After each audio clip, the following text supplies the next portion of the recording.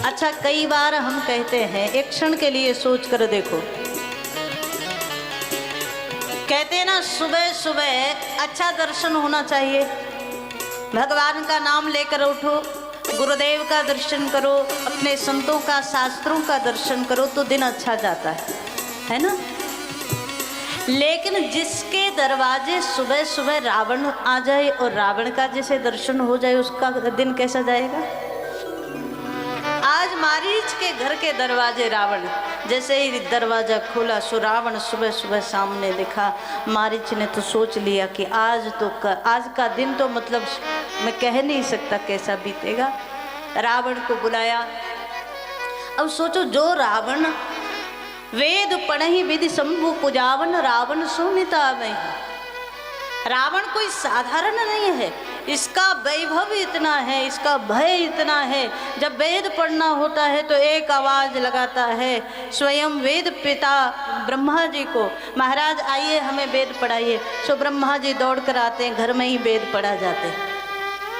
जैसे ही ये नहा धोकर के शंकर जी की पूजा करने जाता है मंदिर में, तो एक आवाज लगाता है, महाराज जल्दी आओ, मैं मंदिर में आ गया हूँ, समय ज़्यादा हो रहा है। सो शंकर जी दौड़ करके आते हैं, शंकर जी की पूजा करता है, कहता है अब जाओ।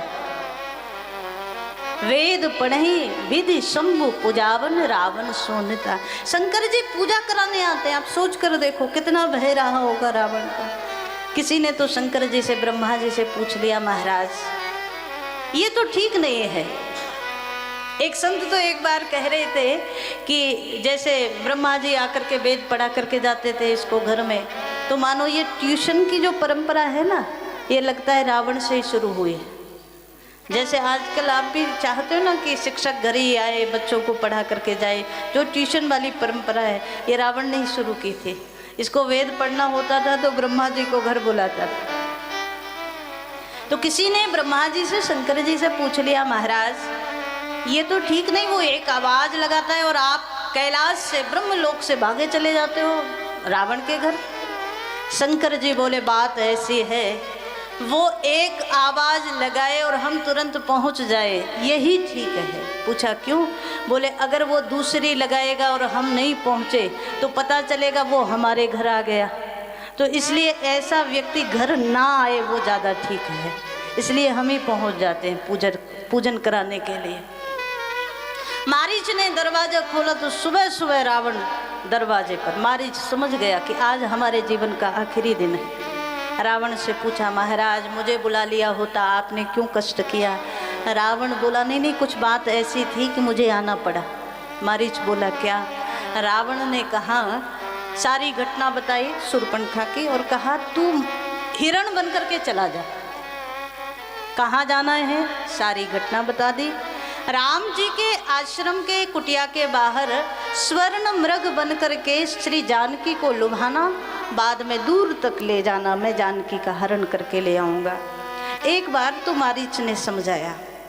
देखो मारीच भले ही निशाचर है, राक्षस है, लेकिन ये एक बार राम जी का प्रभाव देख चुका है। कब? विश्वामित्र जी की यज्ञ में।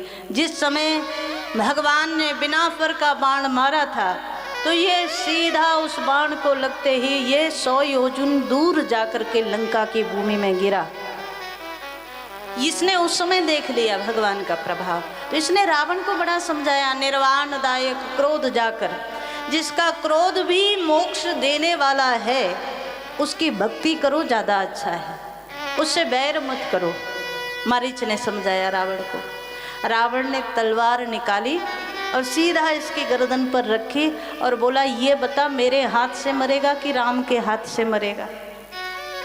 मारीच को लग गया कि मतलब मरना निश्चित है, अभी मना करूं तो ये मार देगा और हाँ करूं तो राम जी के हाथ से मरना है। तो मारीच को लगा राम के हाथ से ही मरना ज़्यादा उचित है।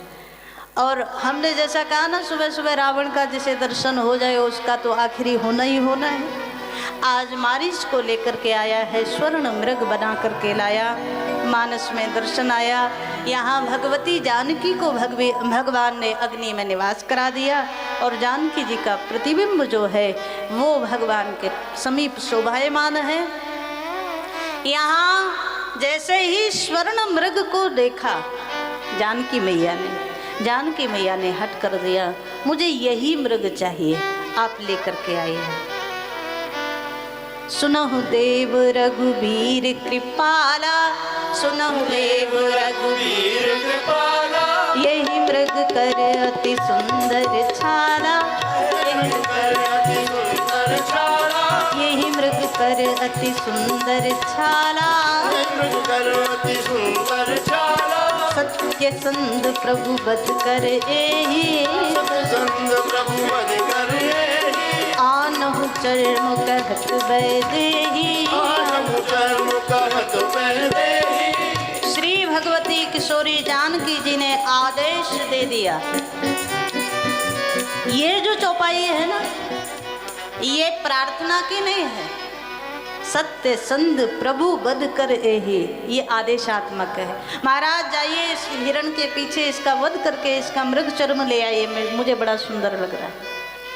मानो इस लीला से पहले भगवान ने जो मूल जानकी को अग्नि में स्थापित किया वो इसीलिए किया क्योंकि अब जो लीला होनी है वो भगवान को आदेश मूल जानकी नहीं दे सकती। तो अब जो लीला होनी है वो जानकी का प्रतिबिंब भगवान की प्रेरणा से जैसा भगवान चाहते हैं वैसा कहलवा रहे हैं, और ये जानकी का प्रतिबिंब है। मानसकार दर्शन करा रहे हैं। भगवान यद्यपि सब कुछ जानते हुए भी हाथ में धनुष बाण लेकर के मृग के पीछे चले गए, बड़ी दूर तक गए। यहाँ जब दूर जाकर के भगवान ने बाण मारा, इसने मन में तो राम राम का उच्चारण किया, लेकिन बाहर से बड़ी जोर से आवाज लगाई, हे लक्ष्मण मेरी रक्षा करो। और ये स्वर कान में पड़ा श्री भगवती जानकी के। जानकी जी व्याकुल हो गए, लक्ष्मण अभी तुरंत जाओ, तुम्हारे भैया संकट में। लक्ष्मण जी ने कहा, माता जी क्या कहा, मेरे भैया संकट में हैं। मेरे भैया अगर थोड़ी सी अपनी भ्रुकुटी भी टेढ़ी कर दें तो सारा संसार संकट में आ जाए, सारे संसार का लय करने वाले, उन पर कौन संकट लाएगा। लक्ष्मण ने बहुत समझाने की कोशिश की, लेकिन मानसकार कहते हैं भगवान को यही सब लीला करनी है। तो आज जानकी जी ने कुछ कटु बोला और उस कटु वाणी को सुनकर लक्ष्मण जी लक्ष्मण रेखा बना करके पीछे चल दिए। जब लक्ष्मण जी कुछ दूर निकले, रावण दूर खड़ा खड़ा झाड़ियों की ओट से ये सब देख रहा था।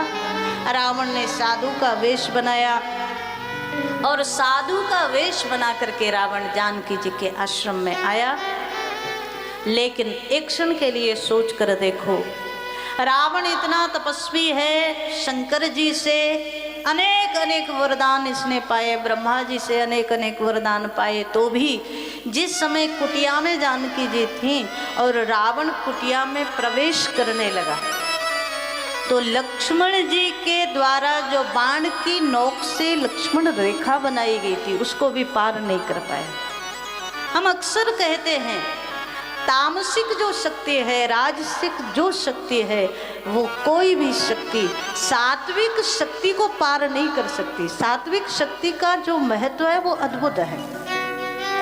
कई बार जीवन में समस्याएं आए, प्रतिकूलता आए, कष्ट आ जाए, व्यापार ना चले, तो लोग कुछ ऐसे लोगों के पास पहुंच जाते हैं, वो राम जी की पूजा नहीं बताएंगे, कृष्ण की नहीं बताएंगे, शंकर की नहीं बताएंगे, भूत प्रेतों की बता देंगे कि ये पूजा करा लो आपका सब बढ़िया हो जाए। और जो लोग सब कुछ जानते हुए लेकिन उनकी बुद्धि ऐसी हो जाती, भूत प्रेतों की पूजा करने चल देते हैं, कोई किसी चीज़ को बता देगा उसको करने चल देते हैं। लेकिन क्या कभी आपने सोचा है सात्विक शक्ति से ज़्यादा बड़ी शक्ति दुनिया में कोई नहीं है। भूत प्रेतों की शक्ति भगवान की शक्ति से ज़्यादा है। लेकिन समस्या ये है कि हमें भगवान की शक्ति पर भरोसा नहीं, तो काम कैसे हो। मानस में दर्शन आया, आज लक्ष्मण जी की सात्विक शक्ति की एक छोटी सी रेखा को भी रावण पार नहीं कर पाया। बाद में दरवाजे पर खड़ा होकर के भिक्षा की याचना की। जानकी मैया भिक्षा लेकर के आई। रावण ने बहाना बनाया कि हम रेखा के अंदर की भिक्षा नहीं लेते, बाहर आके दोगी तो ही लेंगे। और जानकी जी को लगा कि शायद कोई साधु कोई ब्राह्मण दरवाजे से भूखा ना चला जाए, इस भाव से जानकी जी बाहर आई। और बाहर आई, रावण ने अपना विकराल रूप प्रकट कर दिया। क्रोधवंत तब रावण लीने से रथ बैठाए, श्री जानकी मैया को रथ में सवार करके आकाश मार्ग से लेकर के चला है। जानकी जी ने सबको रक्षा के लिए पुकारा, वन देवताओं को, वन देवियों को, सबको पुकारा, पर कोई भी रावण की सामर्थ्य और रावण की शक्ति के सामने नहीं आया। यहाँ से जब आकाश मार्ग से लेकर के जा रहा था जानकी जी को, एक पक्षी ने सुनाया, जटायु जी ने, गीत अधम खग आमिष भोगी। यद्यपि अगर देखें ना तो जटायु जी का शरीर कोई पावन नहीं, पवित्र नहीं है, मांस भक्षण करने वाली योनि है गीध की, जटायु जी की, लेकिन मन पवित्र है। और तब मानसकार दर्शन करा रहे, जब देवता लोग भी सामने नहीं आए रावण के, तब एक पक्षी जटायु आया और जटायु ने दूर से आवाज लगाई, सीता पुत्री चिंता मत करो, मेरे शरीर में जब तक प्राण है रावण आपको ले जा नहीं सकता। रे रे दुष्ट ठाड़ किन होई, रे रे दुष्ट ठाड़ किन होई, रे रे दुष्ट ठाड़ किन होई, रे रे दुष्ट ठाड़ किन होई, निर्भय चलिस न जानहि मोही, निर्भय चलिस न जानहि मोही। आज रावण के सामने जटायु जी महाराज आए, दूर से ही देखो एक एक शब्द बड़ा अद्भुत है। हमारे यहाँ सनातन में कहा, पर स्त्री से व्यवहार करना है तो उससे कोई संबंध बनाओ। कौन सा संबंध? मातृवत परदारेश। यदि उम्र में आपसे बड़ी है तो माता के समान मान करके उससे व्यवहार करें। या तो आपकी समकक्ष है, समवयस्क है तो बहन मान लो, बेटी मान लो। आज जटायु जी एक मांस भक्षी पक्षी भी भारत की संस्कृति को जानता है। आवाज लगाई तो शब्द ये थे, सीते पुत्री करसी जन त्रासा। सीते पुत्री शब्द का है, बेटी चिंता मत करो, मैं हूं ना, मैं तुम्हारी रक्षा करूंगी। एक बार तो रावण को लगा कि कहीं पक्षी राज गरुण ही मेरी ओर तो नहीं आ रहे। इतनी सामर्थ्य किसमें है कि रावण को रोक ले, रावण का रास्ता रोक ले। जब जटायु बगल में आए तो दिखाई दिया रावण को कि ये तो जटायु है। लगता है बूढ़ा जटायु मेरे हाथ से मरना चाहता है। मानसकार कहते हैं रावण ने अपनी शक्ति से रथ को आकाश में ही स्तंभित किया और भयंकर युद्ध प्रारंभ हुआ जटायु जी महाराज और रावण का। और मानसकार कह रहे हैं आज जटायु जी ने रावण को थोड़ी देर के लिए मूर्छित कर दिया। रामायण में तो महर्षि वाल्मीकि जी कहते हैं इसके घोड़े मार दिए, इसका रथ तोड़ दिया और इसको मूर्छित कर दिया। इतनी सामर्थ्य जटायु जी में थी। लेकिन रावण फिर उठा है, चौचन मार बिदारे से देही। बाद में रावण की जब मूर्छा टूटी तो एक बार फिर उठा, और रावण जब उठा है तो रावण एक बार जटायु जी की बड़ाई करने लगा। आप में तो बड़ी शक्ति है।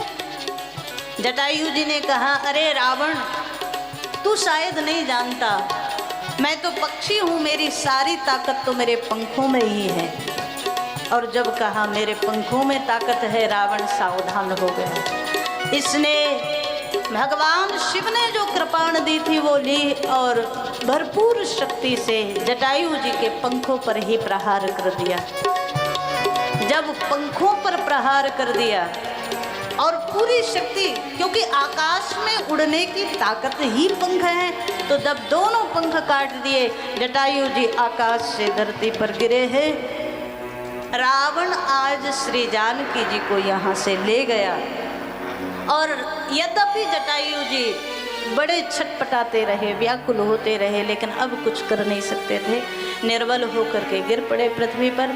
रावण जानकी जी को ले गया, लंका में ले जा करके अशोक वाटिका में जानकी जी को अशोक वृक्ष के नीचे बिठा दिया रावण ने। मानस में दर्शन आया, यहाँ भगवान लौट करके आए मारीच का वध करके। मार्ग में लक्ष्मण मिले,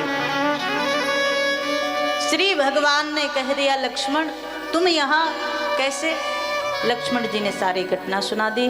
भगवान ने कहा लक्ष्मण अति शीघ्र चलो, मेरा मन ऐसा कह रहा है कि जानकी हमें आज आश्रम में अब नहीं मिली। लौट करके आए, यहाँ पूरा आश्रम छान मारा, लेकिन कहीं भी जानकी जी नजर नहीं आई। और मानसकार कहते हैं तब भगवान पशुओं से, पक्षियों से, लताओं से, पताओं से, वृक्षों से, जंगली जीवों से, सबसे श्री भगवती किशोरी जी को पूछते हुए, खोजते हुए, जानकी के लिए रोते हुए आगे बढ़े।